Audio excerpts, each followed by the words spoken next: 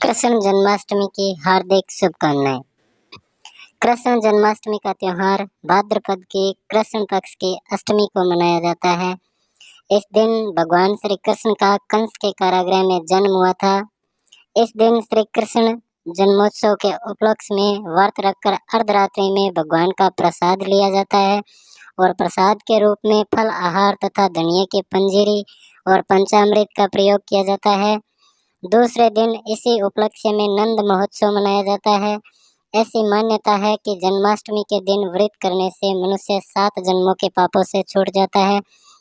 दोस्तों, जन्माष्टमी के व्रत कथा के अनुसार द्वापर युग में जब पृथ्वी पाप तथा अत्याचारों से तपने लगी थी, तब वह गाय का रूप बनाकर सृष्टि के रचयिता भगवान श्री ब्रह्मा के पास गई।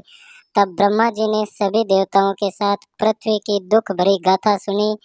तब सभी देवताओं ने ब्रह्मा जी से कहा कि यह तो अत्यंत चिंता का विषय है, हमें भगवान विष्णु के पास जाना चाहिए। तब सभी देवतागण ब्रह्मा जी और पृथ्वी को साथ लेकर के क्षीर सागर में जा पहुँचे। वहाँ भगवान विष्णु अनंत शैया पर सो रहे थे। तभी देवताओं ने भगवान विष्णु की स्तुति की। तब देवगणों की स्तुति के कारण भगवान की निंद्रा भंग हो गई और भगवान विष्णु ने सभी से आने का कारण पूछा तो पृथ्वी बोली कि हे प्रभु, मेरे ऊपर बड़े पाप और अत्याचार हो रहे हैं, इसका निवारण कीजिए। यह सुन भगवान विष्णु बोले, मैं ब्रज मंडल में कंस की बहन देवकी के गर्भ से जन्म लूंगा। तुम सभी ब्रज भूमि में जाकर यादव कुल में अपना शरीर धारण करो। इतना कहकर भगवान विष्णु अंतर ध्यान हो गए। सभी देवता व्रज में जाकर यादव कुल में नंद, यशोदा तथा गोपियों के रूप में पैदा हुए। कुछ दिन बाद वासुदेव नवविवाहित देवकी तथा अपने साले कंस के साथ गोकुल जा रहे थे। तभी अचानक एक आकाशवाणी हुई कि हे कंस, जिसको तू अपनी बहन समझकर साथ लिए जा रहा है, उसी के गर्भ से जन्मा 8वां पुत्र तेरी मृत्यु का कारण बनेगा। यह आकाशवाणी सुनते ही कंस ने अपनी तलवार निकाली और वह देवकी को मारने के लिए दौड़ा। तब वासुदेव ने हाथ जोड़कर कहा कि हे कंस, यह औरत बेकसूर है, इसे मारना ठीक नहीं है। इसके गर्भ से संतान पैदा होते ही मैं अपनी सभी संतानें आपको दे दूंगा। कंस उसकी बात मान गया और उन्हें ले जाकर कारागृह में बंदी बना दिया। दिए गए वचनों के अनुसार वासुदेव ने अपनी सभी संतानों को कंस को दे दिया तथा पापी कंस उसे मारता चला गया।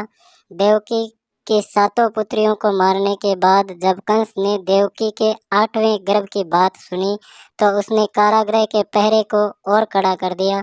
तब भाद्रपद की कृष्ण पक्ष की अष्टमी की रात्रि को भगवान विष्णु ने वासुदेव को अपने आप को गोकुल नंद के घर पहुंचाने और वहां से कन्या लाकर कंस को सौंपने का आदेश दिया।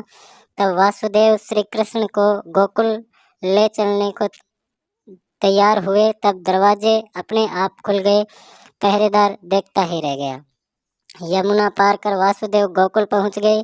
तब सोई हुई यशोदा को देखकर उन्होंने श्री कृष्ण को उनके साथ सुला दिया तथा सोई हुई कन्या को लेकर कारागृह में पहुंच गए। तभी कारागृह के दरवाजे अपने आप ही बंद हो गए। सिपाहियों ने कंस को सूचना दी। खबर पाते ही कंस ने कन्या को लेकर पत्थर पर पटकना चाहा तो कन्या हाथ से छूटकर आकाश में उड़ गई तथा साक्षात देवी के रूप में प्रकट होकर बोली कि हे कंस, तुझे मारने वाला गोकुल में पहले ही पैदा हो चुका है। दोस्तों, इस प्रकार से धरती पर भगवान श्री कृष्ण का जन्म हुआ था तथा कृष्ण ने ही बड़े होकर बकासुर तथा पूतना का वध किया था तथा पृथ्वी की रक्षा की थी। इसी कारण हम आज भी भगवान श्री कृष्ण के जन्म दिवस को कृष्ण जन्माष्टमी के रूप में मनाते हैं और हम इसे गोकुलाष्टमी भी कहते हैं। अंत में सभी को एक बार फिर से कृष्ण जन्माष्टमी की हार्दिक शुभकामनाएं और बहुत बहुत धन्यवाद।